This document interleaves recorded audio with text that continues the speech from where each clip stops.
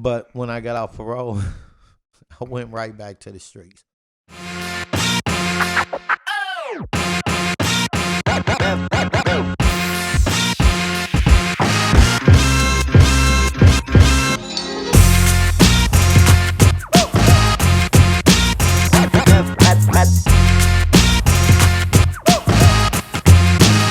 What's happening, y'all? Welcome to Hustle and Heart, where we confront hard issues like addictions and failures. Here to give you all the jewels you need to treasure your life.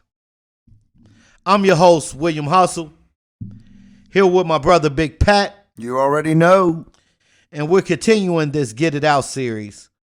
On this episode, we'll be talking about life after bondage. So let's get it, big bro. Yeah, really a good topic. I think whether we get out of a physical prison, the prison of disease, bad relationship, it's hard to move forward when we're out. You know, we get so much comfort in discomfort. We can either learn how to live free or we find our way back to that bondage or those destructive behaviors that kept us down. That trauma can keep us stuck. Will, how hard was it for you to feel free after getting out of prison and feel like you had, the ability to move forward? Well, I had 2 years parole, but just getting out was all it took. I knew what I had to do right in order to get off parole, but I also knew what was in my heart. If doing right for those 2 years wasn't going to provide the life that I felt I was going to live. You were like 100%, like you say, you always say that you can't just have 1 foot off the porch. You got to jump. Yeah. You weren't thinking, what the hell am I going to do? I got to get money. I know I can make quick money on the street. That never crossed your mind again when you got out? Listen, it was like this. I knew I had to work a job, and I knew I couldn't really be in bars. I couldn't do anything for 2 years. They urinate us, every once, twice a month. So I knew what I could and couldn't do. So I did everything that I had to do to get off that. Right. But when I got off parole, I went right back to the streets. Yeah. So but how hard was it to feel free after getting sober for you? Well, it took me 25 years to get to the point where I was like, this is enough. So, at that point, I was all in because I knew that if there was any going back, it was me just dying. Period. That was it. There wasn't. Well, we might have another good bender. I mean, I was doing my drugs and drinking to the point where I was going to die, and I knew that. So when I finally came to that conclusion that, hey man, it's time, there was really no looking back. I knew that this was going to be a new life, a new chance. Everything that I'd known, though, I will say this: it became hard when I was used to being the life of the party. I'd be partying all night long. I mean, people wanted drugs, they wanted whatever, I could get them for them, and everybody always wanted to be around me. To where then no one wanted to be around me when I got sober. That took some time, but it was necessary. It was necessary because to heal, we all need that time to ourselves. And you couldn't be around them. I couldn't be around. You can't be around the people in the streets and be where you're at right now. You couldn't have gone back there. I couldn't have gone back with the people. I was going back to prison. My wife, when she wasn't my wife then, like police ran in our house 3 times. Right. Because I don't do nothing small. Nothing. Right. I go hard.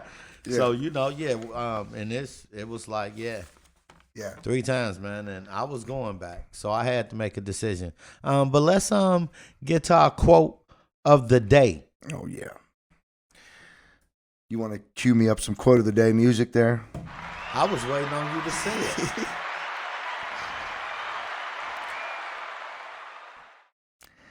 All right, here we go.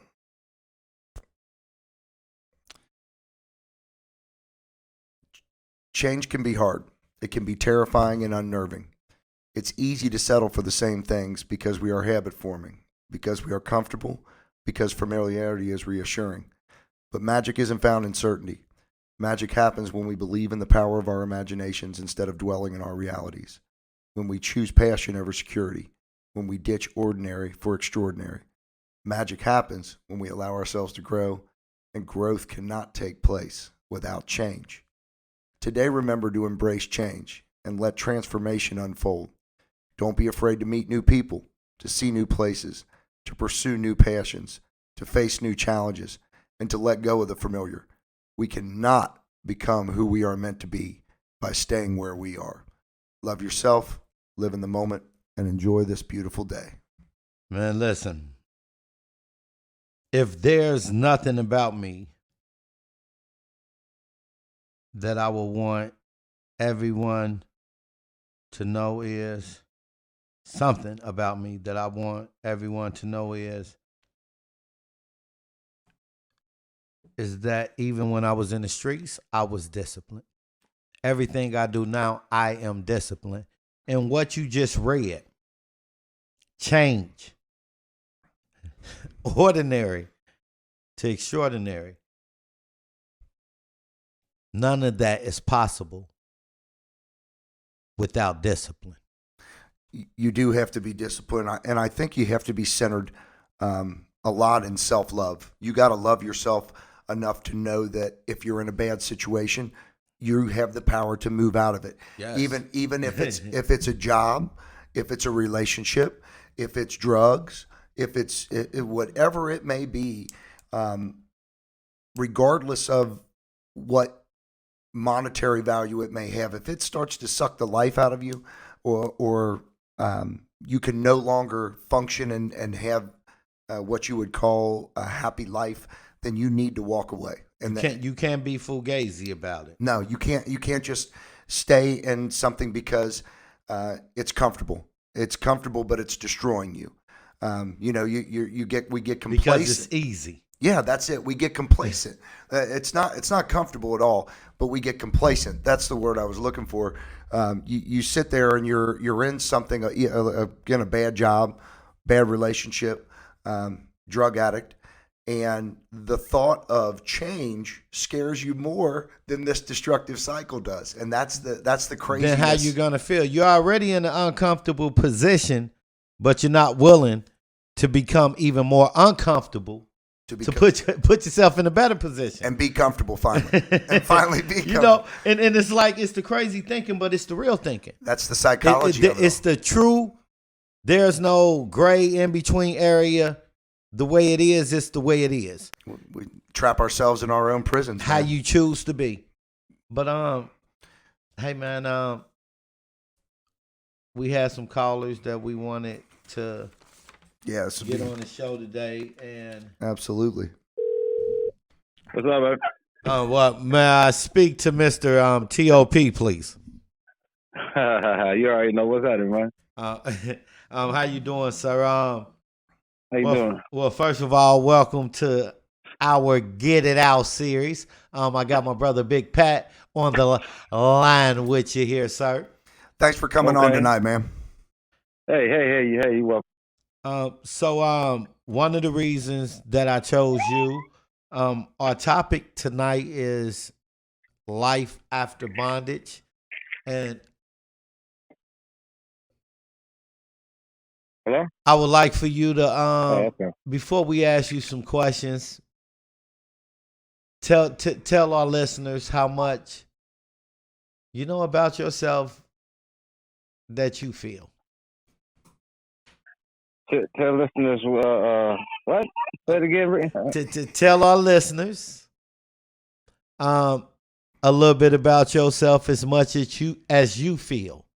Oh, okay. Well, hey, 46 years old, just got out penitentiary from doing 23 years between 3.5 years for complicity in a murder, and just lost my parents. Well, one of my parents, my brother, lost my aunt on the way home coming from the penitentiary. Now I'm trying to come back to get my life back together and start anew. So basically, that's where I'm at right now in my life.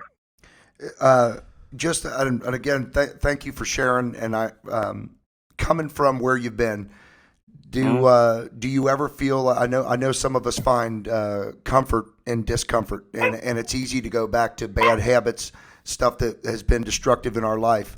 What have you done to separate yourself from that and know that the path you were on before isn't the way, even if it's comfortable or whatever? You need to take a different path. And what steps have you taken to do that?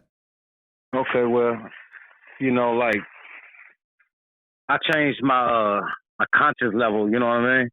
I changed my thoughts and stuff like that. I changed the way I think about things and stuff like that. So Absolutely, everything around me is the way I am now. So that's what I mean. So that's where I'm at right now. This dog is. I'm sorry, y'all. This dog is jumping on my bed. Oh, you're Well, fine. You're fine. You're fine. That's your kid. Yeah.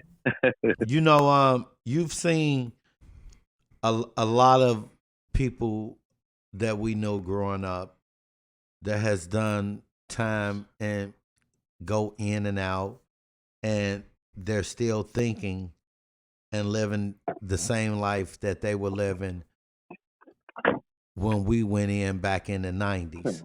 How do you keep yourself away from them? Because you didn't, I mean, you weren't forced because that's your home, but you're still living in the same neighborhood that we chose to do the things that we did to put us inside those prison walls. Mhm. So how? Well, like Dante, me and you motivating the same level because we thinking on the same path of growth. And people for real that they don't even want to be around me. Like we don't, mix. And not just that, I don't want to be around them. It's like there's nothing there, there's nothing here. Yeah. But somebody ready to grow, then they'll come around me. I'm beyond the streets. I'm beyond all this. You know what I mean? And these people that's still on the streets, I try to reach out if I can. You know what I'm saying? Try to, like that though. But going back to them and being no. I was never really like. But you already know me, Tay. I was never really like that. Yes, sir. Never really. You know what I'm saying? So it wasn't hard for me to transition like my life while I was in there. That's why I didn't. That's why I didn't want to say too much of your story. Right. Because you never should have been in prison for 23 years. Right. Right. But back in the 90s, there was no self-defense law. For the hood, and my brother went to prison for defending himself. Defending himself, and he did 23.5 years. But and I'm sure it could easily be something after that much time that you want to just say, F it, I'm done. I mean, but to come out and like you just said though, man, and that's the most powerful thing. I mean, I was almost dead on methamphetamine and alcohol 4 years ago. But you change your mind, you change your life. It's that simple. You said the most powerful thing there. Blank. Yeah, that the first thing you started with. I started think I don't think the same way. I'm who I am now. Right. I'm not that person anymore, and that's the truth. Right.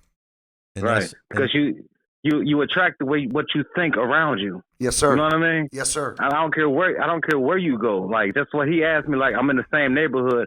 It doesn't matter because how I think is who gonna be attracted to me, and the opposite is gonna be repelled from me. Yes, sir. So you know what I mean? Yes. It don't matter where I'm at. If I go to China, you know what I'm saying? That's right. Yeah.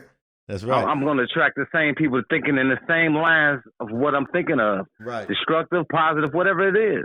Yes, sir. So I choose to be positive because I'm always been positive though, but I just choose to be more positive. You know what I mean? And that's a blessing, and that's why it feels so good getting that money, man. Keep doing what you're doing. Keep rising in your company, and keep Yes, getting sir. that money and living life and taking care of your dad. So many of Yeah. us out here don't take care of our parents when they do need us. So keep being a positive man, keep being a positive role model. Yes, sir. And there is no looking back. And sky's the limit. You already know it. And thanks for being on the show today, brother. I right. wanted to thank you as well, because I think for so many of us that have struggled and you're in a point where it seems like there is no life anymore. We got to shine a light on those that are still in that darkness, and that's exactly what you're doing. I mean, it's some of us don't make it out. Whether Right. it be prison, Right. whether it be addiction, whether it be whatever, we just don't make it out. And those of us that do, we got to continue to shine that light. And I hope you do continue to do that. And I just nothing but love for you, man. That's right. Appreciate it. T.O.P. Number love for you too, T- man. Number love for you. And, T.O.P. T.O.P. Yeah. Hey. Yes, sir. Anything that I have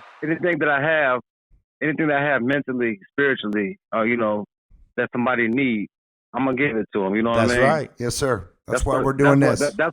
That's what we're here for, man. We're here for each other, man. That's right. We're here for each other, man. All right. We're here for each other, man. We appreciate you, bro. All right now. Have a great night, man.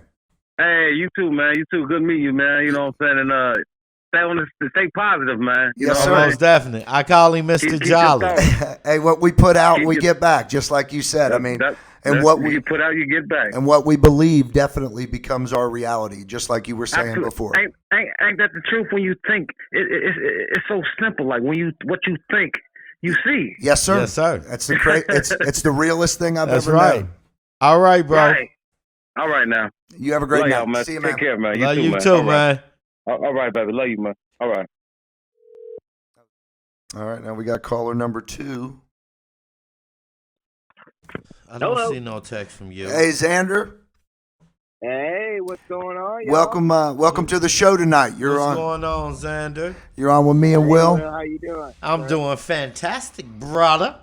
So, I couldn't be better myself, man. so Yes, sir. we wanted to get you on.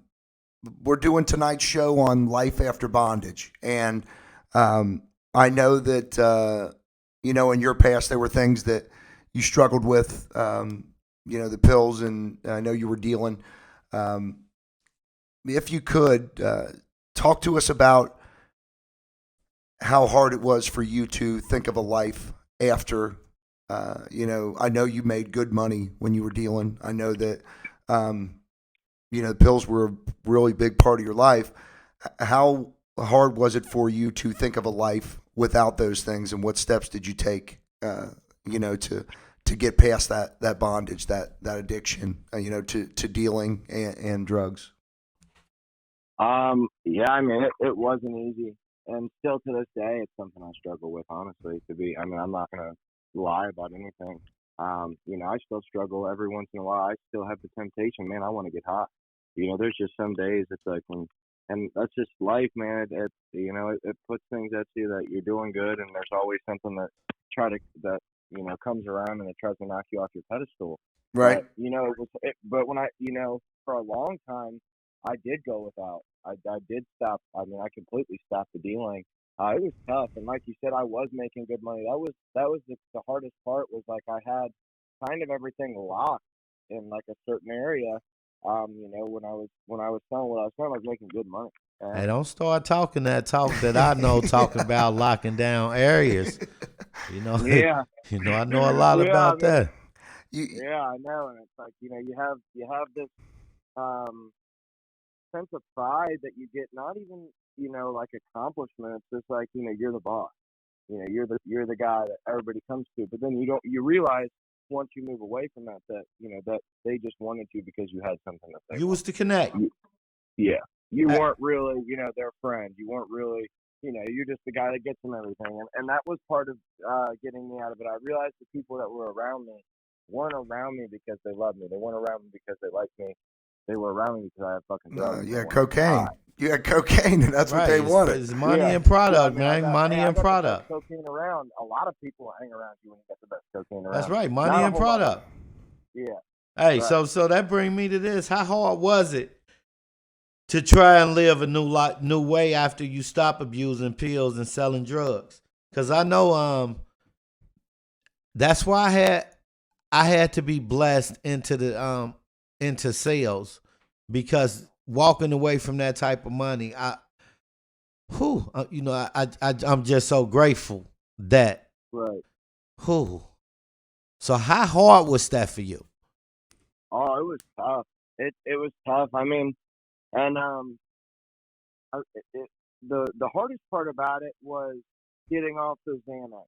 I mean, because that was really what kept me in it too. Because if I wasn't on those pills, I mean, the shit that was going on around me probably would have got to my head after one point. Because I was just seeing fucked up shit all the time. Wow. And a lot of my friends, this is the worst part, is like I had to be heartless when I was doing what I was doing, because I was ruining all of my friends' lives. Like, I look back at it, my best friend. This is the day that it changed everything, and I knew I was done. My best friend looked at me and he goes, can you, and he's tweaking. I mean, he's high as fuck. He's probably been up on my cocaine for 4 days, and he looks at me and he goes, can you spot me 100? And he did it just like that, and I'll never forget it in my life. Yeah, you were making your friends crackheads. Like, what do you mean, dude? You just got paid $780 on Friday, and this is like a Sunday. He goes, dude, I spent it all on you. You can't just front me till next week, and that's what made me sick. And then seeing my dad, get sober, that kind of awakened me too, because he was like at rehab, and I was still kind of out there. I was still lost for a while, and when he was going to rehab, and then really seeing the fuck he did it, and knowing where he was, that was a big thing. But really just seeing what I was doing to people around me that I actually cared about, and I was taking drugs. I was zombified, man. I was all high. I was a crazy mix of drugs. I was on fucking Xanax, Percocets, and cocaine, just gone, and making money that I can't even. It's like I just was making money hand over fist. I know. And I'm walking it's a beautiful around thing. There's always a slew of people that want cocaine. But that's when you know that your heart is telling you ain't meant to be doing whatever it is you're doing. Yeah. And right. Yeah. And plus the people we really, listen when we listen. the people you were around too, man. I thought that you were gonna die. I was for sure that seeing Kevin there with guns, and hearing about robbing other dealers and stuff. Just the game was getting so serious that somebody was either going to go to jail or die. The game always been serious, but yeah, you were playing. You were definitely playing Kevin, major league ball. Kevin and shit, it was always another level. With Kevin, it always had to be this or that, and it wasn't anything good. And you thought just because it was family. If this guy's got it. Look, this guy's got it. Dinner. What you think he's gonna? You think he's gonna just start taking all your clients out? That's what's gonna happen. That's what's gonna happen. He's gonna take. Yeah, he was out of his mind. Out of his mind. You definitely had some bad influences by family and stuff, but looking back, what was the besides the thing with Jordan, what made you say, okay, I know that I can make more money this way, but I'll settle for less and be happy especially with your career. What got you to just say, okay, I'm done dealing, and I got to try a different path to make money? Well, I mean, honestly, I think the answer. Everybody around me went to jail. All of my friends got locked up. Like, a lot of my friends got locked up. I have a lot of friends that have died too. A lot of friends that have overdosed. I look at a lot of the people I used to hang out with, and a couple of the dudes I used to sell coke to are dead. Yeah, they're not even alive anymore. And it's crazy to think, like, the place I was in and where I was at, because like you said, that the biggest wake up call was like seeing you, Jordan. That fucking hit me hard, and then realizing that I was sitting in a hotel room one day. I have a automatic gun on my fucking right next on the bed. I slept with it loaded with fucking mags that would kill somebody. Don't say, hey, I got calm down pistols on in the F drawer word. on top Calm of the Bible, pistols under me, under my pillow. I got pistols locked up in a safe, pistols in my car. You know, enough cocaine that would have put me away for life. And I really just had like a life evaluation, and some shit had happened a couple nights before. And I was sitting in this hotel, and I just walked in the bathroom, and I got sick as fuck. Wow. And I look at my uncle passed out, and I thought he was overdosed on heroin. He wouldn't wake the fuck up, and he shot up, and I fucking left. I freaked out. I had a mental breakdown, and I just knew. I was like, dude, I cannot do this anymore. This is not me. Because I know who I really am. I'm a loving, caring person, and these drugs had twisted me into someone I wasn't, someone nasty. I heard that was heartless and scandalous and deceiving and you know, a liar. And that's when I knew. I was like, I have to change. And I actually went out and stayed with my grandparents. I stayed with them 2 points in my life, when I was in high school and I got expelled, and then when I was leaving this situation, and they knew. I told them everything, and they knew that there was people. I have a mark on my head. I have to always watch my back from shit I used to do. I mean, I understand that, but don't watch your back. Yeah. Don't you look back, and don't you worry about looking back. Hey, it's a shame you couldn't incorporate the F word more into what you were saying. Hey, yeah, we're gonna count how many times. But hey, I listen, when it's passion, bro. No, I feel, and I really thank you. I thank you for coming on, Xander, because like we were talking to our last guest, you know, not a lot of us make it out. There's so few that make it out of, you know, a life of drugs, a life of dealing, a life of, you know, bondage, just bondage in general. We stay in bad situations because it's what we know, and we don't ever. We're so scared of something different that we let these things destroy us. So, being one of those people that have made it out, definitely happy for your light, and that you continue to shine and be an example for other people, so that they can move forward as well. And I appreciate your story, because during the whole time, you kept saying that you knew who you were, and you knew you wasn't that type of person. So you chose to stop being fugazi, brother, and you changed your life. And I appreciate that, and I hope the listeners heard that. What's that? Yeah, I have one last thing for the listeners, Will, if you guys don't mind. Yes, no, go ahead.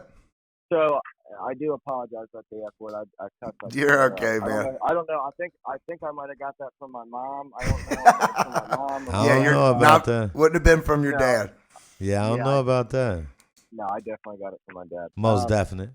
But yeah, when I got out of it, I actually had a really cool moment where it was so weird. I was driving away from the hotel, and I don't know, man. I never felt so euphoric. I just had this feeling, and I knew I did the right thing. Because honestly, like my dad said, I don't think it would have ended with jail. The way I was doing things, I really think it was going to be, I got a gun in my head, and I died by a gun in my head. That's how I saw it coming. So, anyways, where I'm at now, looking back from 2.5 years ago where I was, I never, ever pictured myself actually getting out of it. And I did. And looking back, I would never go back to who I was whatsoever. I never want to do any of that again. But the cool part about it is you see the full circle of things in the cycle of life. You have to go through your lows to reach your highs. Hell yeah, most definitely. To truly find success. And that's really the blessing about this life. Is everything in life happens for a reason, and it's a lesson learned.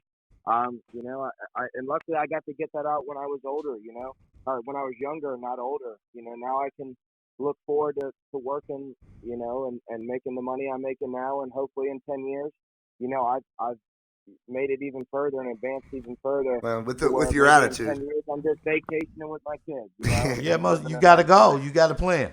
Yeah, but you've moved forward, and you like everybody else. The whole thing with life after bondage is life after, you know, or thinking in a different way. You know, we change our thoughts, we change our mindset, we want more for ourselves, and we again, you're shining example of that. Having a management job now, just like Will, you still got into sales, but now you're making legitimate money and you're making good money. So, again, thank you Thank you for being on the show thank today. you for coming on the show tonight. Anytime, guys. I really appreciate you guys having me on it. And I think this is a really cool topic. I can't wait to listen to it later. But yeah, thank you guys for having me on. Will, always a pleasure. Dad, Yeah. I love you. Yes, I'll sir. talk to you guys soon. Keep getting that money, brother. Good, Keep getting that money, man. Yeah, man. Yes, sir. We'll talk Every to you day- soon. Every day's a grind, but I'm hopefully when this COVID lifts, maybe we can do an in-person. Most event. definite. I think we need to do it at a park or something, man. See, Yeah. I got that mobile Yeah. equipment. That'd be great. Yeah, that'd be cool. That'd actually be really cool. Most definite. We gonna turn up. All right, man. Hey, much love. All right, brother. Much love. Stay blessed. boys. One. See ya. All right. So we had Hey, so that was beautiful. That was beautiful. We can finish this up though. let's do it. And it's the third page that I missed, and I'm gonna ask Vanessa to start saying that at the end. Thank you for listening to Hustle and Hard. Yeah, 'cause it's 38 minutes, so we in the right range. She finished it. Well, we were I'm finna, so you said we're at 38 minutes right now? No, but a lot of that is edited What out. edits it out? Yeah. So because we finna talk a little bit, let me knock this out.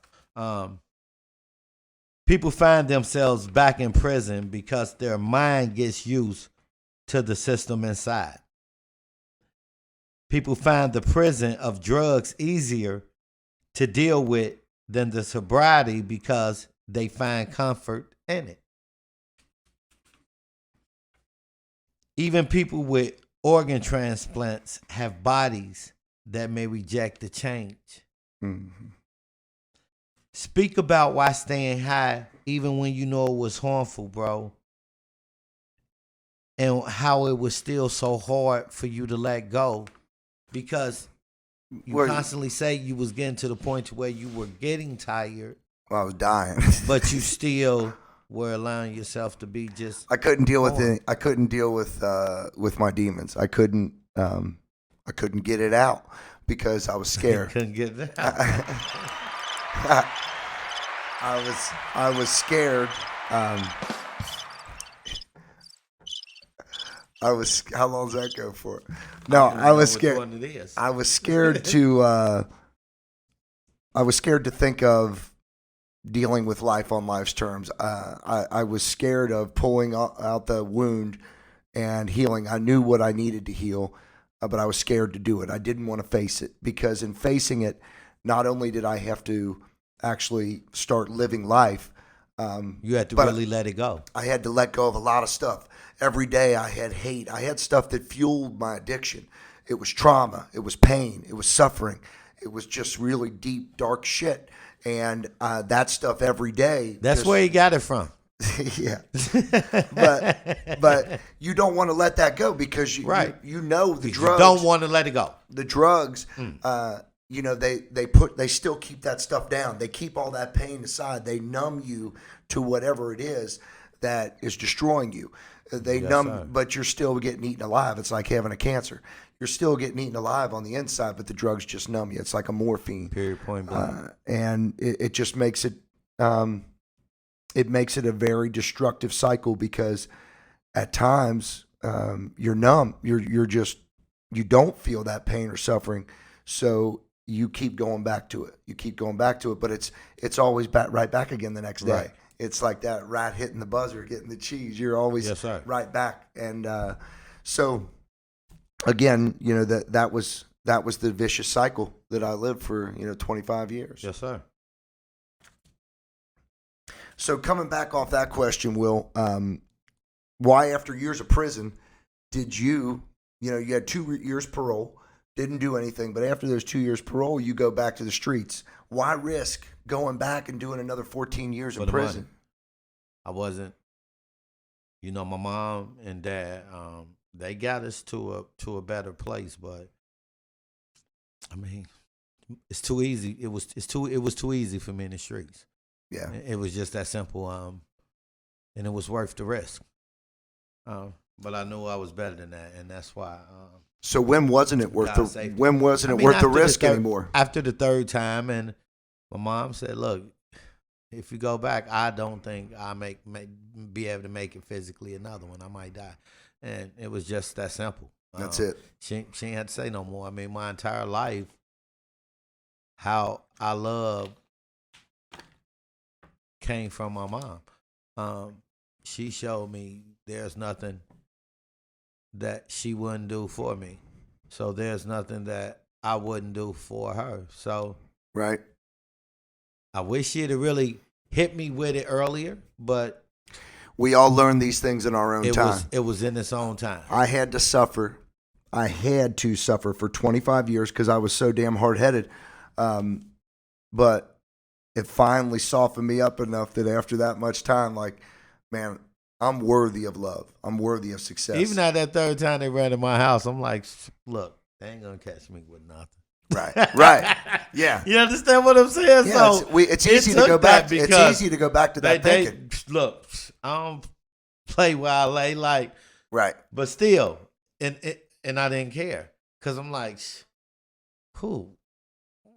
They ain't catch me. you know. So yeah, big bro.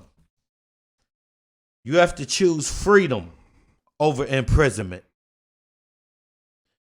Your life deserves the joy and success that comes from freedom. You've survived challenges that could have killed you. The discomfort and hard work it takes to stay free is worth it. We have to fight to stay free. We have to accept the change. We have to live fully. Yeah, man. Also, I say it all the time that all change is it's one thought that becomes a belief that becomes a way of life. And it's that simple. And such a beautiful life it could be. If Will and I can be sitting here doing this podcast, I was almost dead on drugs and alcohol 4 years ago. No more. And I almost went back. And you did 14 years in prison. And almost went back 3 times. And now we're sitting here letting you know that if we can change, you can change. And find a way to be happy and see the joy in life. Yeah, we are definitely loving, joyful, positive people, and anybody that knows us will still go through our emotions like everyone else, but it's a way you have to you're gonna see have life. You're gonna have emotional reactions to be on this path. Discipline, man. Discipline. Discipline. Thanks for listening to the show.